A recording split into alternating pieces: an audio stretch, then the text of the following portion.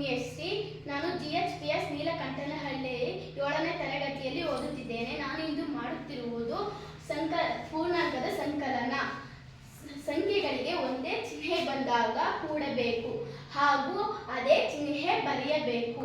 ಉದಾಹರಣೆಗೆ +5 +6 2 ಪ್ಲಸ್ ಅನ್ನು ಹೊಂದಿದೆ,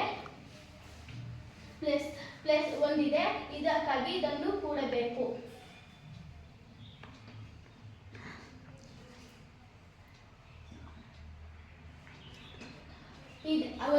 ಅದೇ ಚಿಹ್ನೆ ಹಾಕಬೇಕು. -4 -3 ಎರಡೂ ಒಂದೇ ಚಿಹ್ನೆ ಹೊಂದಿದೆ, ಹಾಗಾಗಿ ಇದನ್ನು ಕೂಡಬೇಕು. ಅದೇ ಚಿಹ್ನೆ ಹಾಕಬೇಕು. +3 +5